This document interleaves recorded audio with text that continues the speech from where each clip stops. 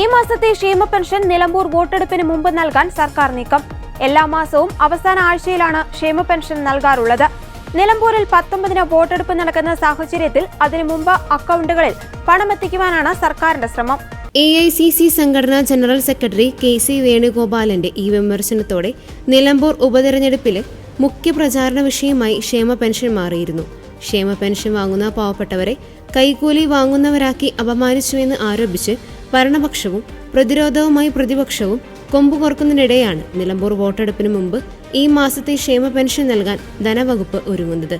നിലമ്പൂരിൽ വോട്ടർമാർ പോളിംഗ് ബൂത്തിലെത്തുന്ന 19-ന് മുമ്പ് ക്ഷേമ പെൻഷൻ വീടുകളിലും അക്കൗണ്ടുകളിലും എത്തണമെന്നതാണ് സർക്കാർ താൽപര്യം. കഴിഞ്ഞ 1 വർഷത്തിലേറെയായി അതത് മാസത്തെ ക്ഷേമ പെൻഷൻ സർക്കാർ മുടക്കമില്ലാതെ നൽകുന്നുണ്ട്. മാസത്തെ അവസാന ആഴ്ചയിലാണ് വിതരണം നടക്കാറ്. പക്ഷേ ഈ മാസം 3-ാം ആഴ്ചയിൽ തന്നെ, അതായത് നിലമ്പൂരിൽ വോട്ടർമാർ പോളിംഗ് ബൂത്തിലെത്തുന്ന 19-ന് മുമ്പ് ക്ഷേമ പെൻഷൻ വീടുകളിലും അക്കൗണ്ടുകളിലും എത്തണമെന്നതാണ് സർക്കാർ താൽപര്യം. പെരുമാറ്റച്ചട്ടം നിലനിൽക്കുന്നതിനാൽ നിലമ്പൂർ മണ്ഡലത്തിലെ ഗുണഭോക്താക്കൾക്ക് വോട്ടെടുപ്പിനു മുമ്പ് പെൻഷൻ എത്തിക്കാൻ തെരഞ്ഞെടുപ്പ് കമ്മീഷന്റെ പ്രത്യേക അനുമതി സർക്കാർ തേടും. കഴിഞ്ഞ മാസം 1 മാസത്തെ കുടിശ്ശികയും ചേർത്ത് 2 മാസത്തെ ക്ഷേമ പെൻഷനാണ് സർക്കാർ നൽകിയത്. ഇനി 2 മാസത്തെ കുടിശ്ശിക മാത്രമാണ് ബാക്കിയുള്ളത്. അവ തദ്ദേശ തെരഞ്ഞെടുപ്പിന് മുമ്പ് കൊടുത്തു തീർക്കാനാണ് സർക്കാർ ആലോചിക്കുന്നത്. ഏതായാലും നിലമ്പൂരിലെ വോട്ടെടുപ്പിന് തൊട്ടു മുമ്പ് പെൻഷൻ നൽകിയാൽ കൈക്കൂലി ആരോപണം സാധൂകരിക്കപ്പെട്ടതായി UDF അവകാശപ്പെടുമോ എന്ന് കണ്ടറിയണം. അവകാശപ്പെട്ടാലും ഇല്ലെങ്കിലും അവസാനഘട്ട പ്രചാരണം കൊഴുപ്പിക്കാനുള്ള മരുന്നായി ക്ഷേമ പെൻഷനെ ഇടതുമുന്നണി ഉപയോഗിക്കുമെന്ന് ഉറപ്പാണ്. അതേസമയം നിലമ്പൂരിൽ തുടരുകയല്ല പടരുകയാകും ചെയ്യുക എന്ന് പ്രഖ്യാപിച്ച് കേന്ദ്രമന്ത്രി സുരേഷ് ഗോപി NDA കൺവെൻഷൻ തുടക്കമിട്ടു. ഇടത് വലത് മുന്നണിക്കെതിരെ തനി സിനിമാ സ്റ്റൈലിൽ തന്നെയായിരുന്നു സുരേഷ് ഗോപിയുടെ എണ്ണി പറഞ്ഞുള്ള വിമർശനം. BJPയെ തോൽപ്പിക്കാൻ ഇടത് വലത് അവിഹിത സഖ്യം പലയിടത്തും പ്രവർത്തിച്ചു. അതിനെ അതിജീവിച്ചാണ് തൃശൂരിൽ വൻ വിജയം നേടിയതെന്നും സുരേഷ് ഗോപി അഭിപ്രായപ്പെട്ടു. പടരും 5 വിരലല്ല 10 വിരലല്ല ശക്തി. എണ്ണിയെടുത്തോ ശക്തി പകരുന്ന വിരലുകൾ, അത് ചുരുട്ടിപ്പിടിക്കുന്ന മുഷ്ടിയുടെ ശക്തി നിങ്ങൾ അറിഞ്ഞു തുടങ്ങിക്കഴിഞ്ഞിരിക്കുന്നു. 11 വർഷം മുമ്പ് അറിഞ്ഞു തുടങ്ങിക്കഴിഞ്ഞിരിക്കുന്നു. ആ ശക്തിയുടെ ഫലം തുടരും എന്ന് പറഞ്ഞ് നിൽക്കണ്ട. അത് അയോഗ്യന്മാർ ആ വാക്കെടുത്ത് ഉപയോഗിച്ച് അതിൻ്റെ അന്തസ്സ് ചോർന്നു പോയിരിക്കുന്നു, കാലഹരണപ്പെട്ടിരിക്കുന്നു. ആ 11 വർഷം മുമ്പ് തുടങ്ങിവെച്ച നന്മയുടെ ഭരണം അത് കേരളത്തിലേക്ക് പടരും.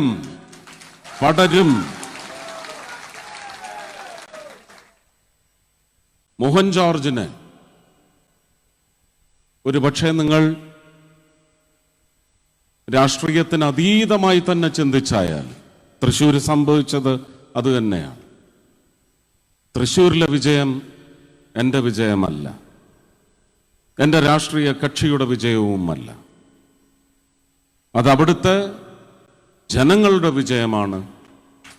ആ ജനങ്ങളെ ഈ വിജയം സമ്മാനിക്കുന്നതിന് പ്രേരിപ്പിച്ചതും പ്രാർത്ഥനയിലൂടെ ഒരുപക്ഷെ നയിച്ചതുമായ ലോകം മുഴുവൻ പടർന്നു കിടക്കുന്ന ഒരു വലിയ ജനസഞ്ചയമുണ്ട്.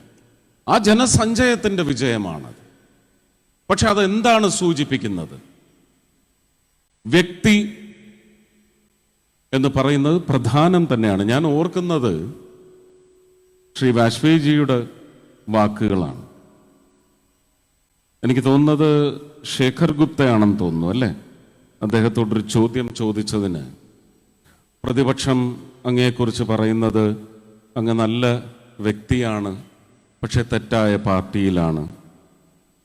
അതിനെക്കുറിച്ച് അദ്ദേഹം തിരിച്ച് മറുപടി വളരെ ചിരിച്ച് കവി ഹൃദയമാണ് അപ്പോൾ പുറത്ത് ചാടിയത്. നല്ല തേനൂറുന്ന രുചി മാത്രം ഉൾക്കൊള്ളുന്ന ഒരു മാമ്പഴം നിങ്ങൾ രുചിച്ചിട്ട് ഈ മാമ്പഴം നന്നായിരിക്കുന്നു, പക്ഷെ അത് പേറുന്ന മരം അത്ര നല്ലതല്ല എന്ന് പറയുന്നതിന് എങ്ങനെ നമ്മൾ പുച്ഛിച്ച് തള്ളും? അതുപോലെ തള്ളുവാനേ സാധിക്കും.